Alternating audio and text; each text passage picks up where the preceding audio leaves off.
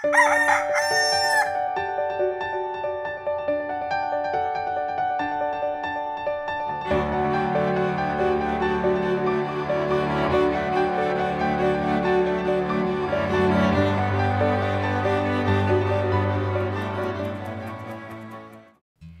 umaga po kapamilya ko po si Father J-Boy at tayo na po at magkape at pandasal. Pinagdadasal mo ba ang kapayapaan sa iyong sarili, sa pamilya, sa mga kaibigan nag-aalitan, sa ating bansa, o sa ibang panig ng mundo? Nasa ating lahat ang pangarap ng kapayapaan. At magandang balita ang naganap noong ika-25 ng Enero ngayong taon sa Kuala Lumpur. Ito ang paglalagda ng Annex of Normalization, ang huli sa 4 na dokumento sa usapang pangkapayapaan sa Mindanao.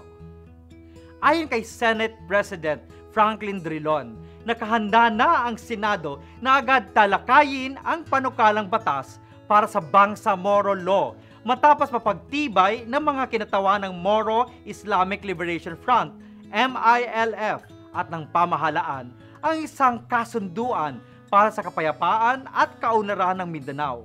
Ngunit hindi pa po tapos ang laban. Tuloy pa rin ang digmaang nangyayari sa mga grupong Abu Sayyaf, MNLF at NPA. Ang mga maliliit na hakbang tulad ng paglalagda ng mga dokumento ay mga hakbang na kailangan nating pag-ingatan, pagdasalan. Ang pangarap ng Panginoon sa kanyang kaharian ay ang pagkakaisang bunga ng kapayapaan. Huwag naman nating itigil ang ating panalangin.